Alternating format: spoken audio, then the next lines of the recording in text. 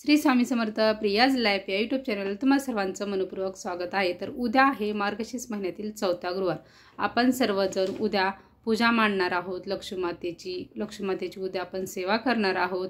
तसेच काही जण उद्या चौथ्या गुरुवारी उद्यापन करतील किंवा काही पाचव्या गुरुवारी करतील।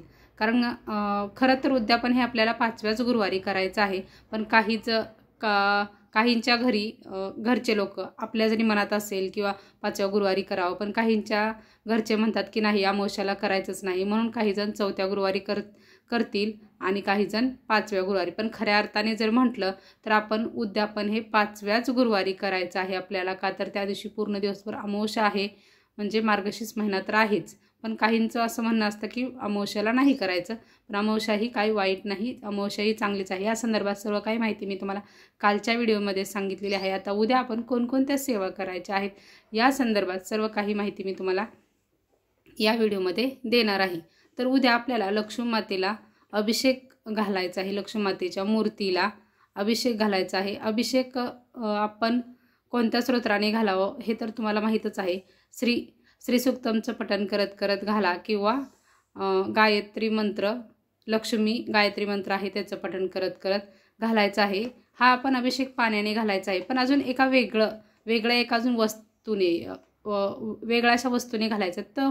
तो म्हणजे कोणता की ती लक्ष्मी मातेला खूप प्रिय आहे। कुंकवाच्या पाण्याने आपण साध्या पाण्याने अधिकार घालायचा आणि नंतर कुंकवाच्याही पाण्याने आपण हा आहे तो अभिषेक घालायचा। आणि कुंकवाच्या पाण्यानं घातलेला जे अभिषेक ते जे पाणी आहे ते आपण पिऊ शकत नाही, का तर कुंकवाचं पाणी असतं ते, म्हणून आपण ते जे पाणी आहे ते आपण आपल्या घरामध्ये आहे ते शिंपडायचं आहे थोडं थोडं सगळीकडे। याने काय होतं, आपल्या घरामध्ये जी नकारात्मकता शक्ती आहे ती सर्व काही बाहेर जाण्यास मदत होते किंवा बाहेर जाते। म्हणून हे जे कुंकवाचं अभिषेक केलेलं जे पाणी आहे ते शिंपडायचं आहे। त्याचबरोबर आपण लक्ष्मी मातेची दुसरी कोणती सेवा करू शकतो, त्याचबरोबर आपण लक्ष्मी मातेला जी मूर्ती आहे त्याच्यावरती आपण कुंकुमार्चन करायचं आहे। किंवा तुमच्याकडे श्रीयंत्र असेल तर श्रीयंत्रावरतीही तुम्ही कुंकुमार्चन करा, किंवा तुमच्याकडे जरी मूर्ती नसेल श्रीयंत्र नसेल तर तुम्ही फोटोवरती तरी केले तरी चालेल। श्रीयंत्रावरती कुंकुमार्चन कसं करायचं हाही व्हिडिओ मी ऑलरेडी अपलोड केलेला आहे, तो बघा। आता मूर्तीवरती आपण कुंकुमार्चन कसं करायचं, तर आपण मूर्तीवरती कुंकुमार्चन करताना पाचही बोटामध्ये असं कुंकू घेऊन हळूहळू सोडून असं कुंकुमार्चन करायचं आहे।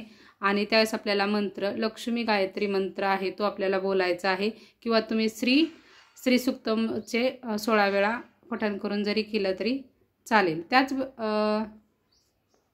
दुसरा एक आपल्याला प्रभावी उपाय करायचा आहे, तो म्हणजे 11 लवंगांचा। ज्या 11 लवंगा आहेत त्या आपल्याला घ्यायच्या आहेत आणि त्या लवंगा आपल्याला आपल्या उजव्या हातामध्ये अशा घ्यायच्या आहेत आणि आपल्याला 16 वेळा श्री सूक्तम पाठाचं आहे ते वाचन करायचं आहे। 15 वेळा वाचायचं, 16 वेळा वाचून झालं की मग आपल्याला त्याची फलश्रुती बोलायची आहे। इतर वेळेस बोलायची नाही, प्रत्येक वेळेस फक्त 16व्या वेळेस ज्यावेळेस वाचू त्याच वेळेस एकदाच फक्त फलश्रुती म्हणायची आहे। त्यानंतर विष्णू गायत्री मंत्र 11 वेळा, लक्ष्मी गायत्री मंत्र 11 वेळा आणि कुबेर मंत्र 11 वेळा आपल्याला म्हणायचं आहे आणि कमलात्मक मंत्र 11 वेळा आपल्याला बोलायचं आहे। आणि ह्या ज्या आपण लवंगा आहेत ह्या आपण तशाच लक्ष्मी मातेच्या त्या पूजेच्या तिथं ठेवायच्या आहेत नंतर, आणि दुसऱ्या दिवशी आपल्याला त्या एका लाल वस्त्रामध्ये बांधायच्या आहेत आणि आपल्या तिजोरीमध्ये ठेवायचं आहे। याने काय होईल की याने लक्ष्मी माता ही स्थिर राहील। लक्ष्मी माता ही चंचल आहे आपल्याला माहीतच आहे।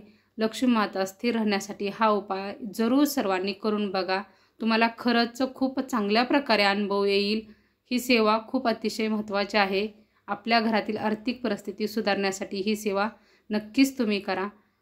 आपण लक्ष्मी मातेला नैवेद्य कोणता दाखवायचा, लक्ष्मी मातेला नैवेद्य कोणता प्रिय आहे, लक्ष्मी मातेला आपण नैवेद्य तांदळाची खीर हाही दाखवतो। त्याचबरोबर दुसरा नैवेद्य अजून कोणता लक्ष्मी मातेला अतिशय प्रिय आहे, ती म्हणजे मखाण्याची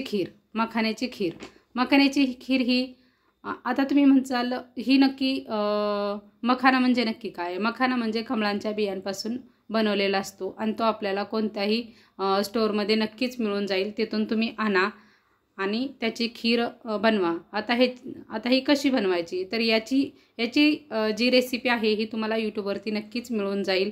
यूट्यूबवरती सर्च करून तुम्ही बघा, तुम्हाला याची रेसिपी त्याच्यामध्ये मिळेल. आणि त्यानुसार ही मखाण्याची खीर लक्ष्मीमातेला खूप अतिशय प्रिय आहे. का तर लक्ष्मीमातेला कमळ गड्ड्याची माळ ही प्रिय आहे, कमळ ही प्रिय आहे. का तर लक्ष्मीमाता स्वतः त्याच्यामध्ये विराजमान झालेली आहे कमळामध्ये. म्हणून ही मखाण्याची खीर आहे ही लक्ष्मीमातेला खूप अतिशय प्रिय आहे. आणि हा नैवेद्य आपल्याला मार्गशीर्ष महिन्यामध्ये कोणत्याही एका गुरुवारी नक्कीच दाखवायचा आहे. आत्तापर्यंत आपण नसेल दाखवला तरी 4थ्या आणि 5व्या गुरुवारी हा नैवेद्य आहे हा लक्ष्मीमातेला दाखवा. लक्ष्मीमाता खूप अतिशय प्रमाणात प्रसन्न होईल.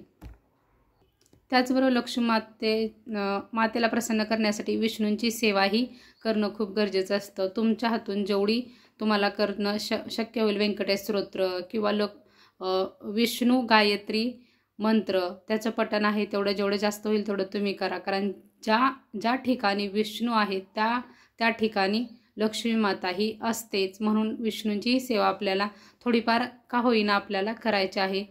अशा पद्धतीने आपल्याला उद्याची जी सेवा आहे ती लक्ष्मी मातेची करायची आहे. खूप साध्या आणि सोप्या पद्धतीने ही आपल्याला सेवा लक्ष्मी मातेची करायची आहे. आणि अशा पद्धतीने सर्वांनी लक्ष्मी मातेची सेवा करा. लक्ष्मी माता खरंच खूप प्रसन्न होईल आणि आपल्याला खूप भरभरून असा शुभ आशीर्वाद देईल, सुख शांती समृद्धीचा आशीर्वाद देईल आणि ती आपल्या घरामध्ये कायमस्वरूपी टिकून राहील.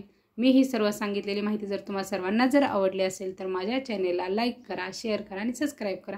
श्री स्वामी समर्थ.